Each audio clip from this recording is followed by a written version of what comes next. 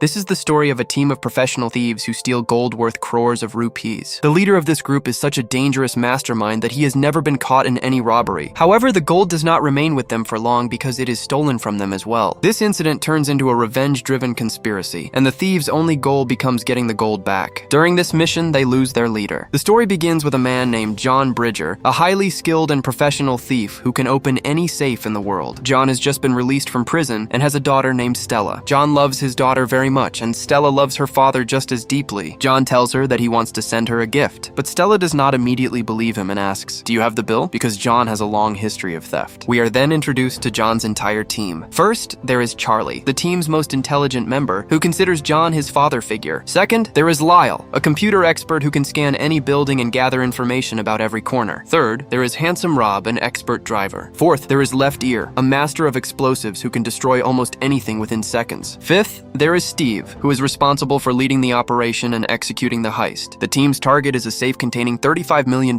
in gold. This safe is located inside a seaside house guarded by several dangerous gangsters. Steve secretly reaches the ground floor of the house while the rest of the team approaches by boat. Soon they reach a tunnel beside the house. Directly above this tunnel stands Steve, and above him are the gangsters who possess the gold. At that moment, the team's computer expert scans the entire building and discovers the exact location of the gold vault. He immediately relays all the information to Steve, who marks the position. According to the plan, the team plants an explosive beneath the vault, and the blast breaks it loose. The team quickly secures it, while the gangsters rush out only to see two thieves escaping with what appears to be their gold. Only two men are visible on the boat, their driver, Handsome Rob, and his partner, Napster. They attempt to escape at full speed while being chased by the gangsters. Unbeknownst to the pursuers, Charlie has already planned something different. The vault Rob was carrying on the boat is actually empty because the explosion dropped the real vault directly into the water. Meanwhile, the rest of the team retrieves the actual vault while John begins working to open it. They have only 7 minutes before the entire city's police force arrives. But John remains calm because he needs very little time. He opens the safe in just 2 minutes. Inside the safe is a massive amount of gold. The thieves pack all the gold into their bags just as the police arrive. By that time, the 4 thieves have already escaped along with Napster and Rob. They have successfully stolen the gold, but something unimaginable is waiting for them. After the heist, the entire team gathers on a snow-covered mountain. John praises Charlie for his flawless planning. Everyone is thrilled and begins discussing how they will spend their share of the money. The atmosphere becomes cheerful and relaxed, filled with laughter and smiles. However, their happiness does not last long. As they cross a bridge, Steve and his men betray them. Steve points a gun at Handsome Rob and orders him to release the steering wheel. His men begin unloading the gold from the vehicle. Steve then turns his gun toward John, who is trying to step out. John warns him that they will eventually find him. But Steve shoots John without hesitation. John makes a final attempt to escape by driving away. The car crashes off the bridge and plunges into the freezing river below. Steve keeps firing to make sure no one survives. From the outside, it appears that none of the thieves make it out alive. Believing everyone is dead, Steve leaves the scene. In reality, the team survives and manages to reach the riverbank. Charlie is shattered by the loss of his mentor, John, and falls into deep grief. Time passes slowly and a full year goes by, but Charlie and the others never forget their desire for revenge. Meanwhile, Stella is working with the police as a professional lock specialist. She completes a complex assignment and receives high praise for her skills. When she returns to her office, she is surprised to see Charlie waiting for her. Charlie tells her that he has located Steve and wants to recover the stolen gold. He explains that Steve has built a highly advanced safe that only she can open. "So we need your help," he says. Stella refuses after hearing his proposal. She reminds him that her father died because of their actions. She clearly states that she is not a thief like her father. Charlie responds by saying that he saw John as his own father. He explains that he does not want the gold for himself. He only wants revenge on Steve, the man who took John's life for greed. After saying this, Charlie leaves. That very night, Stella reconsiders. She calls Charlie and says she wants to see Steve's face when they take the gold back. In the end, she agrees to join the team. The next morning, Charlie introduces Stella to the crew and assigns everyone new identities. They all travel to Los Angeles to begin the next phase of their plan. Charlie and Napster position themselves near Steve's house. Napster, being an expert hacker, gathers complete information about the property. He tells Charlie that the house is protected by a Carson security system that has never been breached. Every year, Carson offers a reward of $500,000 to anyone who can break into their system. So far, no one has ever succeeded. The scene then shifts to Steve, who lives alone in his heavily secured home. He has no servants and spends most of his time watching television. Now the team has only one option. They must somehow enter Steve's house to create blueprints and locate the hidden safe. They assign this task to Stella because no one else can risk being recognized. Even though Steve believes they are dead, he would immediately recognize any of them if they appeared in front of him. The team cuts off the cable connection to Steve's house. When Steve contacts the cable company, Rob manipulates the situation and convinces the repairman to allow Stella inside. Stella wears a hidden camera in her shirt, allowing her to record the entire interior of the house.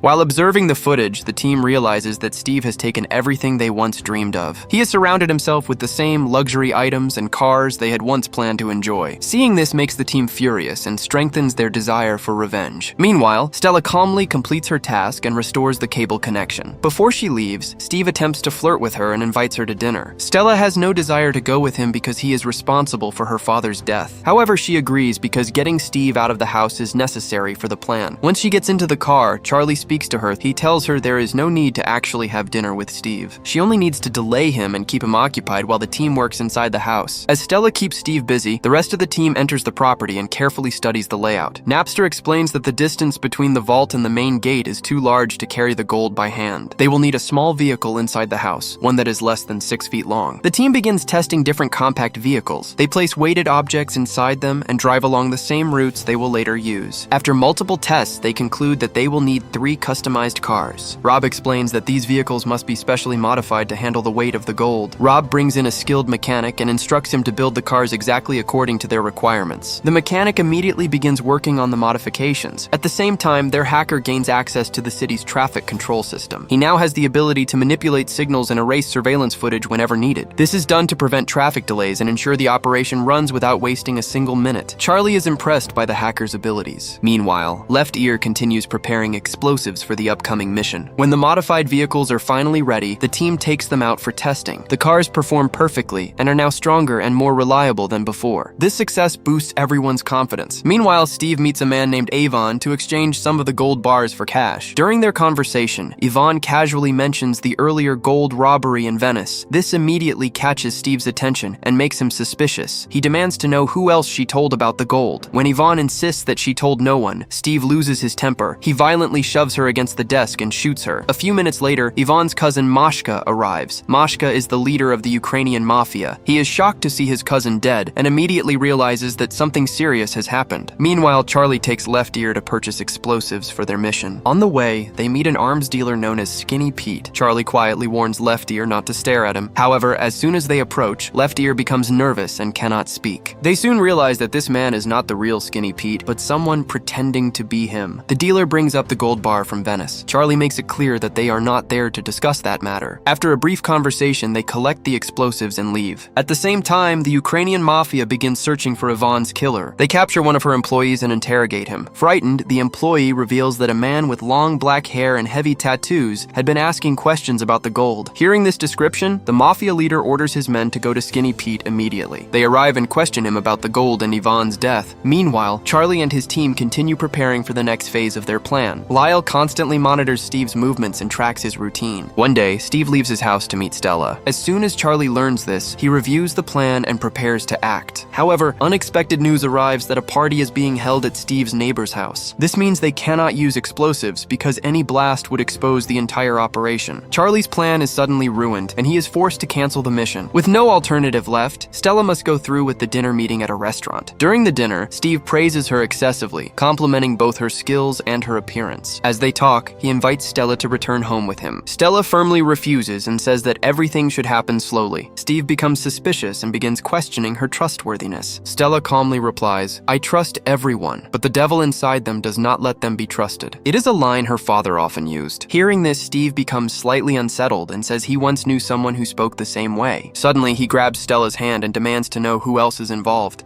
At that very moment, Charlie and the rest of the team enter the restaurant. Steve is stunned to see them alive and realizes that everything has been carefully planned. He confidently tells them that they will never be able to steal his gold. He warns them that although there is only one guard outside his house, there are many more inside. He also claims that he knows his system was hacked and that he will change all the security settings. He adds that he has already moved most of the gold and will soon sell whatever remains. Steve then mocks Stella about her father's death. Furious, Stella steps forward to confront him, but Rob stops her. Steve Steve continues boasting about his advanced security, insisting that breaking into his safe is impossible. Overcome with anger, Charlie punches Steve, knocking him to the ground. The scene then shifts to the team returning to their hideout. There, Charlie calms Stella down and tries to comfort her. He explains that the pain and anger she feels after seeing Steve are completely natural. Meanwhile, Napster brings troubling news. He reveals that Steve is preparing to move the gold to Mexico. The team feels discouraged, but Charlie sees this as an opportunity. He believes they can intercept the vault before it leaves the country. Lyle informs them that Steve plans to transport the gold using a heavily secured truck accompanied by a helicopter. At that moment, Charlie receives a call from Skinny Pete, who questions him about Yan's murder. Charlie denies knowing anything but asks Pete for a small favor. Charlie and Rob then visit a truck dealership where they purchase a truck for the operation. While inspecting the vehicle, Charlie calls Wrench and asks for his help. Wrench says he wants to work with the team again, and Charlie agrees to bring him back. Later, Charlie and Left Ear plant explosives beneath a bridge. Their plan is to divert the truck carrying the gold. Meanwhile, the team closely studies Steve's transportation strategy. They realize that Steve may use 3 armored trucks to confuse anyone trying to track him. However, Charlie has already anticipated this move. He explains that the real truck will be the one guarded by the helicopter. To confirm this theory, Charlie asks Lyle to conduct detailed surveillance. Lyle examines all 3 trucks carefully and analyzes their weight by observing the pressure on their tires. He identifies truck number 128 as the one carrying the real gold. When the 3 trucks reach an intersection, they split and take different routes. Lyle monitors them through traffic cameras and creates a massive traffic jam on the route meant for one of the decoy trucks. From above, Steve watches everything from his helicopter and senses that something is wrong. He immediately orders the pilot to change direction, but Lyle hacks the traffic control system and redirects truck 128 onto the exact route where the team is waiting. The operation finally begins. A high-speed chase starts as the team pursues the truck through crowded streets, stairways, and even a train station. The situation becomes intense, but everyone keeps encouraging each other to stay focused. At the right moment, Lyle stops an oncoming train to give the team a clear path. They reach the bridge and wait for Wrench's signal. As soon as the signal is given, Left Ear detonates the explosives. The explosion tears open the road, causing the truck to plunge directly into a hidden ditch. Wrench quickly moves in and conceals the damaged area to avoid drawing attention. Meanwhile, Steve activates an alert and orders his men to locate the missing truck. At the same time, the team reaches the fallen vehicle. However, they are shocked when they see the safe inside. Steve has replaced it with a completely different model. Charlie immediately asks Stella if she can open it. Stella examines the safe and explains that it is a new design and far more difficult to crack. She realizes that Steve must have suspected them after their meeting at the restaurant. That is why he confidently said that they would never be able to open his safe. Despite the difficulty, Stella begins trying to open the safe using a drill. The task proves extremely challenging. Realizing that rushing could ruin everything, she slows down and relies on her precision and experience. She explains that there is a protective shield inside the mechanism. If that shield is damaged, the safe will lock permanently. After a long and careful effort, Stella finally manages to open the safe.